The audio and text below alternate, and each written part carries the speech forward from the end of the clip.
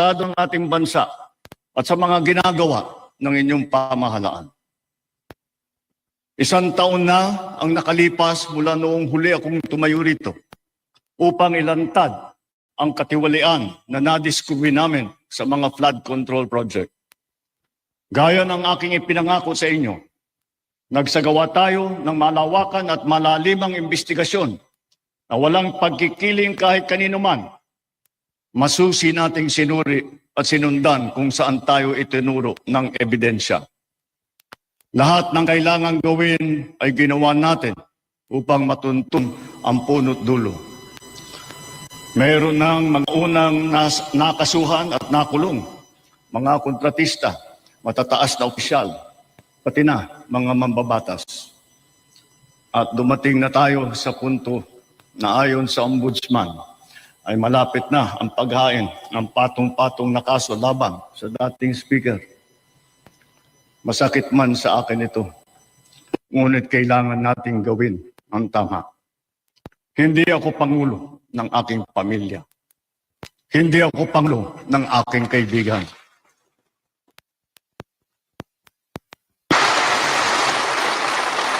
Ako ay Pangulo ng Pilipinas at ang tungkulin ko ay sa inyo, ang aking mga kapwa Pilipino.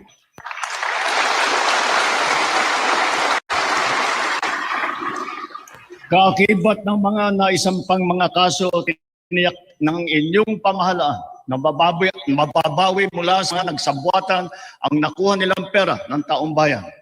Gayon din, pinigilan natin ang paglabas ng pera ng bayan na ipambayad padapat sa mga depektibo, peke o guni-guning mga proyekto at mapupunta lamang sa mga bulsa ng mga tiwalaing kontraktor at opisyal. Halos 25 bilyong piso ang halaga ng nabawi, frozen at napreserbang mga pera at ari-arian ng mga akusado. Ang mahigit 800 milyong piso dito ay agad nating nabalik sa Treasury. Lahat ng mababawi mula sa mga sangkot na tiwali ay agad ibabalik sa kaban ng bayan. Ipinapaubayan na natin ang pag-uusig sa Ombudsman at sa ating mga pinalakas na National Prosecution Service. Nananalig din tayo sa makatarungang hatol ng hukuman. Makakaasa kayo na ang gulong ng hustisya ay tumatakbo.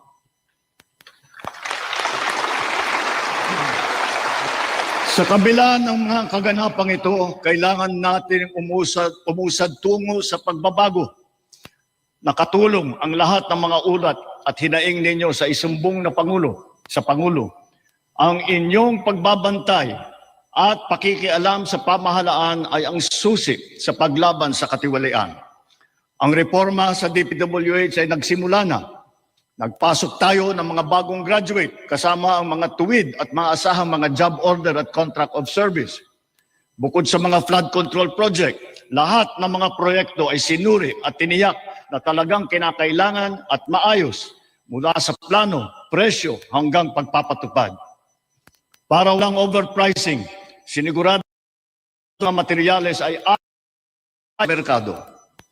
Bantay sarado ang bawat proyekto at ang nakalaang pondo sa transparency portal, integrity chain at katuwang na ang mga civil society organization. Mula nung tumama sa ating bansa ang epekto ng giyera sa gitnang silangan, nagdeklara tayo agad ng State of National Energy Emergency. Iisa ang ating misyon, uplift, ang iahon ng ating nahihirapang mga mamamayan. Ang lahat ng mga ahensya ay inatasang magtipid at pagtuunan mabuti ang mga programa na mas mahalaga sa pagtugon sa mga epekto ng krisis. Ibinuhos natin ang pondo kung saan karapat-dapat at mas kinakailangan sa mga pangunahing serbisyong ramdam at tiyak na makakatulong sa ating mamamayan. Ang pera ng taong bayan na muntik mapunta sa bulsa ng mga tiwaling naisalba natin. At sa halip na magamit natin sa nagamit natin sa mabuti at para sa tunay na kapakanan ng mamamayan. Ibinaba natin ang karagdagang halos 58 bilyong pisong pondo sa mga lokal na pamahalaan para mas mabilis at mas malawak ang paglingap sa taong bayan. Mataas ang tiwala at kumpiyansa natin sa mga lokal na pamahalaan. Ito ay paghahanda na rin para sa mas marami at mas malawak na serbisyo para sa kanilang mga nasasakupan. Nagsimula tayo doon sa mga direktang naapektuhan ng kaguluhan. Ang pagsaklolo sa ating mga kababayang OFW na naipit sa digmaan. Mahalagang misyon ito ng pamahalaan. Gayong lagpas 2.2 milyong Pilipino ay naghahanap buhay sa Middle East. Simula nung naputok ang gera, mahigit 12,000 kababayan natin ang ating naiuwi sa bansa ng TAS. Mahigit 140,000 OFW naman ang ating nabigyan ng sari-saring tulong sa gitna ng kaguluhan sa Middle East.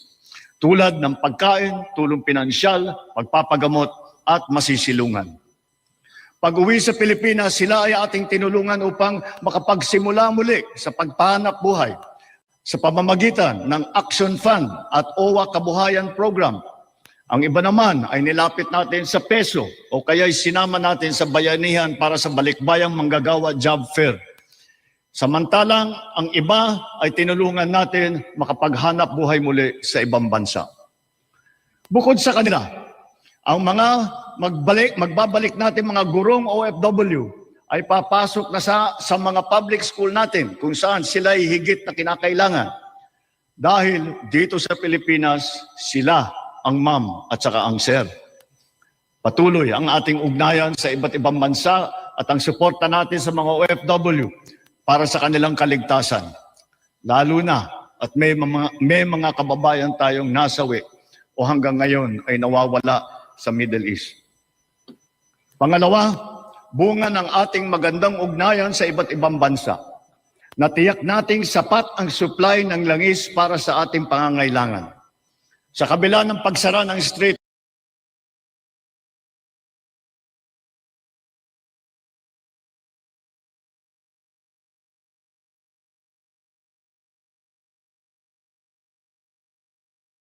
of Hormuz ay nagawa natin makabili at makapag-angkat mula sa ibang pagkukunang bansa tulad ng Japan, South Korea, Oman, India, maging sa Russia, pati na sa China. Dahil sa mga ito, natiyak natin na sapat ang supply ng bansa na tatagal hanggang halos 2 buwan. Nakipag-usap din tayo sa Iran para sa kaligtasan ng ating libo-libong mga kababayang tripulante na nasa Strait of Hormuz. Sa kooperasyon ng ating